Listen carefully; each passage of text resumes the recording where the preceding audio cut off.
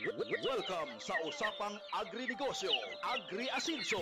Sa video po na ito mga ka-asenso, ibahagi ko po sa inyo ang aming program sa pagpapadami po namin ng aming mga native chicken. Makikita po ninyo sa video po na ito na ang lulusog po nila, masisigla, almost 100% survival rate na mga yan dahil po sa program na aming ginagawa.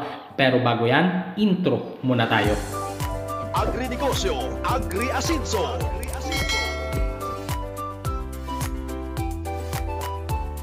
Hello mga ka-asenso, ibahagi ko po sa inyo ang aming native chicken na nagsimula po kami ulit magparami last March 2023. Pero dati nag-aalaga na po kami pero tumigil nga po ang aking parents dahil nga po sa sobrang mahal ng feeds. Kaya nag-advise ako na ibalik namin ang aming mga native chicken. Gagamit kami ng organic feeding para po sa mga manok namin na ito. At alam niyo po ba, ang aming mga alagang native na ito, wala po silang vaccine at ang gamit lamang namin dito, ito po Vitamin Pro. Ayan po ang aming ginagamit at tatalakayin po natin mula po sa pagbibigay namin ng Vitamin Pro hanggang sa pagbigay namin ng Pepe Dewormer at ng Sulfur QR para po sa anti-coccidosis. Ngayon, ang dami po ng Vitamin Pro na aming tinitimpla. Ang sukat po niyan ay 4 na litro ng tubig o 3.75 liters ng tubig sa isang kutsarita ng Vitamin Pro. Ayan po ang aming ipinapainom dyan sa aming mga alagang sisiw sa malalaking manok. At bukod po sa Vitamin Pro, gumagamit din po kami ng Pepe Dewormer. At ang dami po ng pagtimpla ng Pepe Dewormer, 1 litro or 1.5 ng tubig sa isang sachet po niyan o isang kutsarita. At hindi lang po para sa sisiw ang Pepe Dewormer, yan din po ang aming pinupurga sa aming mga breeder at ganun din po sa mga alaga naming mga hayop katulad po ng kambing, aso at ng aming alagang baboy. Tandaan po natin na kung hindi po tayo nagbibigay ng pangpurga sa ating mga alagang sisiw, mapapansin po natin na sila po ay nangihina. Akala natin meron po silang sipon, nagbibigay po tayo ng Primoxil or Doximol pero hindi po tumatalab dahil nga po yan sa bulate. At ngayon, ito naman po ang aming gamit bago po kami magpapakawala ng aming mga sisiw na nagkakaedad ng 21 days or either 35 days sa range area na po. Bakit po ba kami nagbibigay ng Sulfur QR? Stay tuned lang po kayo at ibabahagi ko po sa inyo ng step by step para mas maintindihan po ninyo at mas maunawaan po ninyo. Dahil kung sa tingin po ninyo na ito po ay maganda ang program na aking ibinabahagi, pwede nyo po gayahin yan. Pero talagang proven po ito na maganda dahil kitang-kita nyo po sa mga sisiw namin, 100% rate survival po mga yan.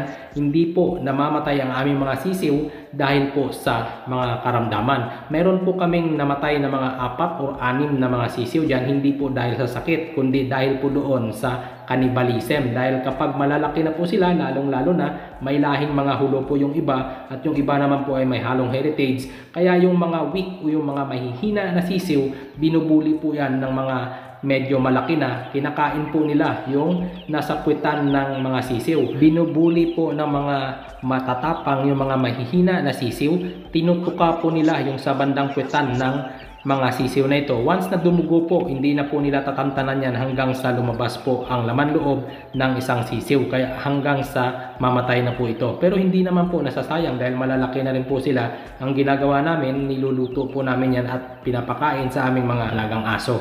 Ngayon po, ito po ang aming program na ginagawa. Ang aming pagbibigay po ng Vitamin Pro mula po doon sa unang hatch ng sisiw. 7 days straight na po namin yan pinapainom ng Vitamin Pro para maiwasan po na sila po ay humina. At malulusog po ang mga sisiw kung ito po ay 7 days straight nating bibigyan ng Vitamin Pro. Ang pagtitimpla po, ganun pa rin po. Ang isang kutsarita, titimplahin lang po natin sa 3.5 or 4 liters ng tubig. Pero tansyahin po natin kung gaano karaming sisiw ang iinom. At bibigyan po natin sila, tansyahin po natin na pag nagbigay po tayo ng mga 7 AM or 6 AM, na kaya po nilang ubusin hanggang sa 1 to 2 PM ng hapon. Huwag na po natin palagpasin pa doon dahil mapapanis na po yan, masisira.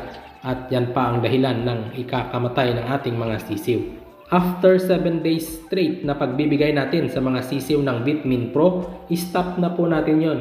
At every 3 times a week na lang po tayo magbibigay kasabay po ng ating mga malalaki na po na mga manok. Kasama po yung mga breeder dahil 3 times a week po kami nagbibigay ng Bitmin Pro sa kanila every Monday, Wednesday at Friday. Ayan po ang araw ng aming program ng pagbibigay ng Bitmin Pro sa mga alaga naming manok. At hindi na po kami nagbibigay ng bacterial flushing like Sulfar QR, Premoxil at Doximol sa mga native namin dahil nga po ito ay hindi naman talaga sila mabilis kapitan ng mga sakit.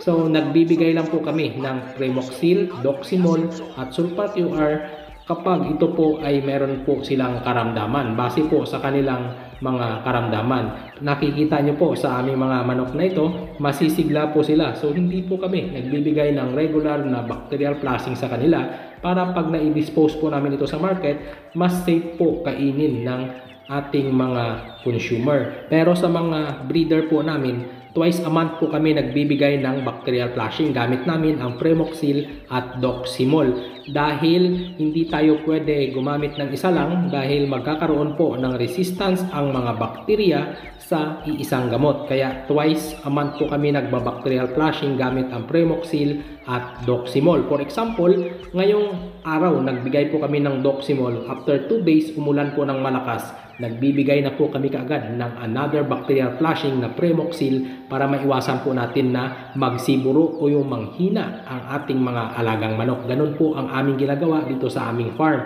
Pero for example, ngayong araw nagbigay po tayo ng Premoxil, tapos umulan po kinabukasan o next day, ang ibibigay naman po natin ay Doximol. Huwag po tayo magbibigay ng the same na gamot dahil magkakaroon nga po ng resistance yung bakterya sa iisang gamot. Mahihirapan na po tayong gamutin ang ating mga alagang manok once na sila po ay magkasakit. Ganon po ang aming ginagawa. Ngayon balik po tayo doon sa program sa mga sisiw na ito.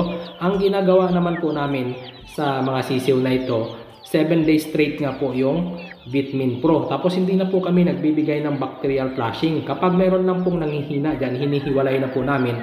Tapos ititreatment po namin yan ng Premoxil or either Doximol. Ganon po ang aming ginagawa. At ang pagbibigay naman po ng Pepe Dewormer, dalawang program po ang aming ginagamit. Minsan kung magkakasabay po na marami po ang nahahats na magkakasunod, sa ika 15 days pa lang po nagpupurga na po kami ng Pepe Dewormer sa aming mga sisiw. Dahil nga po pagdating ng 21 days papakawalan na po namin sa range area. Pero kung wala pa pong kasunod, sa ika 30 days na po kami nagbibigay ng Pepe Dewormer at 5 days straight sa Sulfar QR at sa ika 36 days niyan saka na po namin sila papakawalan dito sa range area katulad ng nakikita ninyo. Ayan po ang aming program na ginagawa. Uulitin ko, sa ika 15 days pwede po tayo magpurga, tapos sa ika 16, 17, 18, 19, 20 yan po ang 5 days straight naman ng pagbibigay natin ng Sulfar QR bago po natin pakawalan sa ika 21 days ang ating mga sisiw dito sa range area. Ano po ba ang purpose ng pagbibigay ng 5 days straight ng Sulfar QR?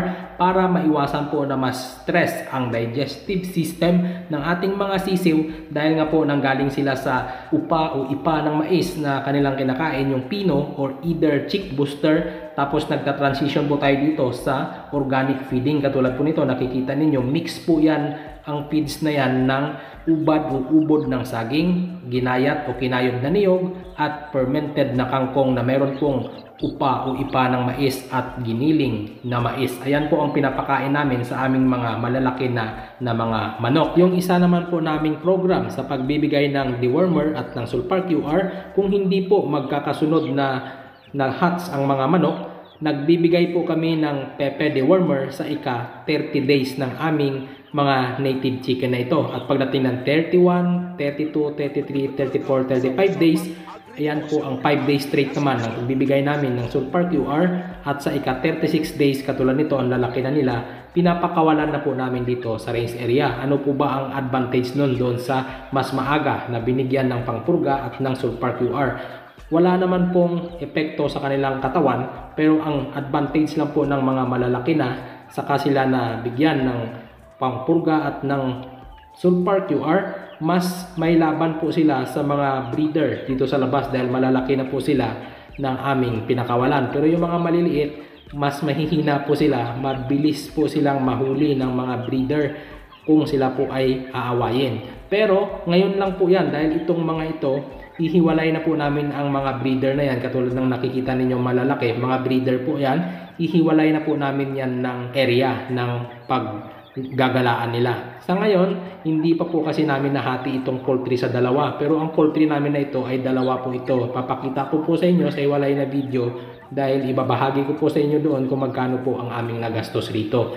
Lalagyan po namin ng net sa gitna para hindi na po magkakasama ang aming grower at ang aming mga breeder. Para hindi po sila nasasaktan o inaaway ng mga breeder. Dahil ang mga breeder, napakatapang po niyan dahil may dugo po silang Siamo, native at hulo. Pero ang advantage naman po ng 15 days old ng pagbibigay ng Pepe dewormer at sa 16, 17, 18, 19, 20 ng pagbibigay ng Sulfur QR, naiiwasan po natin yung cannibalism dahil kapag malaki na po sila, dahil ang aming observation po, pag lumagpas na po sila ng 20 days old dyan sa brooder pen, nagkakaroon ng cannibalism dahil nga po masisikip po sila dyan. Pero kung sa ika 21 days maaga po sila pinakawalan, naiiwasan po ang cannibalism. Kaya hoping next month matatapos na po yung range net na ilalagay namin dyan sa gitna para mahiwalay na po namin sila kaagad. Ito po isa sa mga naglilimlim po ito. Nasa 80 o 80 plus na itlog po ngayon ang meron sa aming farm. Ito po may bagong ng itlog na isa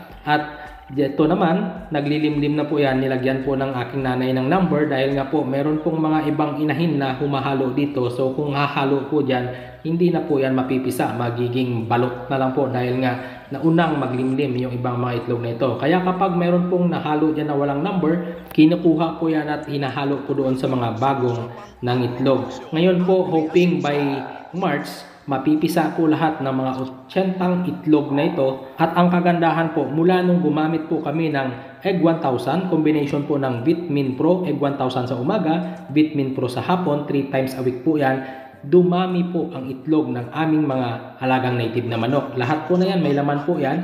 At ang kagandahan, nasa 95 to 100% po ang kanyang hatchery rate o hatching rate. Dati sa 8 o sa 10 itlog, 5 o 6 lang po ang napipisa. Ngayon, almost napipisa po lahat o either sa 10 itlog may 8 na napipisa at katulad po nito na makikita po niyo sa video na ito, 14 na itlog po ang pinaglimliman nito pero napisa po ay 13 na sisiw. Dahil nag-iisa pa lang po ang inahin nito na napisa, hindi po namin nilagay sa brooder pen o sa brooding pen ang mga sisiw na ito dahil ang nandoon sa brooding pen ngayon nasa 2 weeks na po ang mga sisiw. Kung ihahalo po namin ito, possible na mabubuli lang po ang mga ito at mamamatay. Kaya hahantayin po namin na umabot po ito ng 1 week saka po namin ihahalo doon sa mga malalaki na sisiw. Ganun po ang aming ginagawa. Pero dito, pinapainom na po namin ng Vitamin Pro yung mga sisiw kasama na po ang nanay para lumakas po sila. Sana po may natutunan po kayo ng kaunti dito sa aking ibinahagi kahit medyo magulo po ang pagpapaliwanag ko.